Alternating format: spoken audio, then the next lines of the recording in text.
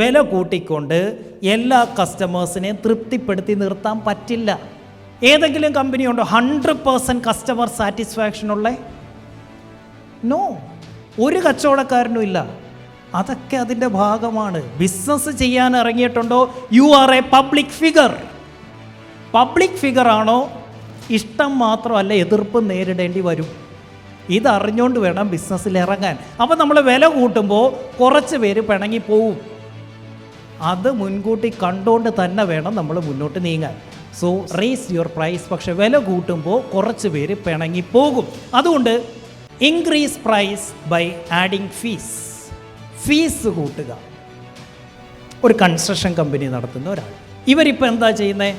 Free ആയിട്ട് കസ്റ്റമേഴ്സിന് consulting കൊടുത്തുകൊണ്ടിരിക്കുക. ഇതിൻ്റെ അകത്തിരിക്കുന്ന 100% ആളുകളും ഫ്രീ കൺസൾട്ടേഷൻ കൊടുത്തുകൊണ്ടിരിക്കുകയാണ് നിങ്ങളുടെ കസ്റ്റമേഴ്സിന്. നിങ്ങൾക്ക് അവർ സെയിൽ തരുമെന്ന് എന്തെങ്കിലും ഉറപ്പുണ്ടോ? പക്ഷേ നിങ്ങൾ എണ്ണയടിച്ച് നിങ്ങളുടെ സമയവും ചിലവാക്കി അവൻ പറയുന്ന സ്ഥലത്ത് അവൻ പറയുന്ന സമയത്ത് നിങ്ങൾ പോകുന്നുണ്ട്. നമുക്ക് പ്രൊഡക്റ്റിൻ്റെ വില കൂട്ടണ്ട, പകരം സാറേ കൺസൾട്ടിങ് ഫീ ഉണ്ടായിരിക്കും ഇനി മുതൽ എനിക്ക്. ഞാൻ ട്രെയിനിങ് മേഖലയിലേക്ക് ഇറങ്ങിയപ്പം മുതൽ ഈ പബ്ലിക് പ്രോഗ്രാമിനും എല്ലാ പ്രോഗ്രാമിനും ഇതുകൊണ്ട് 100 കണക്കിന് പേര് വരും. സാർ ഒരു 5 മിനിറ്റ് എൻ്റെ ഒരു കാര്യം പറഞ്ഞോട്ടെ.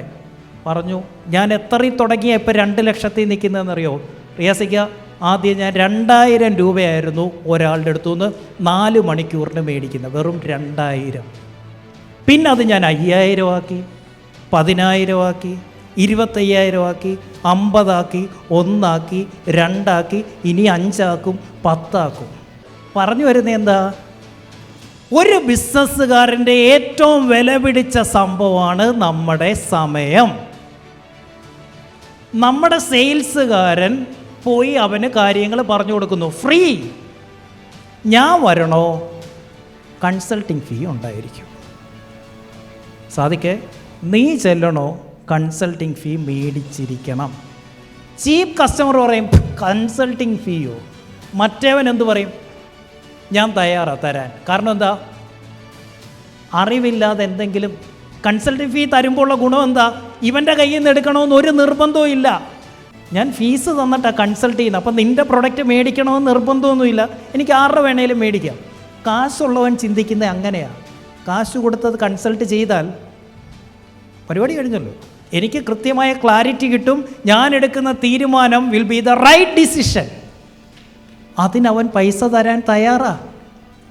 ആര്? ആ 20%. ആ 20%ൻ്റെ അടുത്ത് കൺസൾട്ടിങ് ഫീ ചോദിക്കണം. 80%ന് ഫ്രീയും കൊടുത്ത് 20%ൻ്റെ കയ്യിൽ നിന്ന് പേയ്മെൻറ്റ് മേടിക്കാൻ പറ്റില്ല. 80%നോട് നോ പറഞ്ഞിട്ട് 20%നോട് കൺസൾട്ടിങ് ഫീ ചോദിച്ചാൽ തരും. You are not a business man, you are a consultant.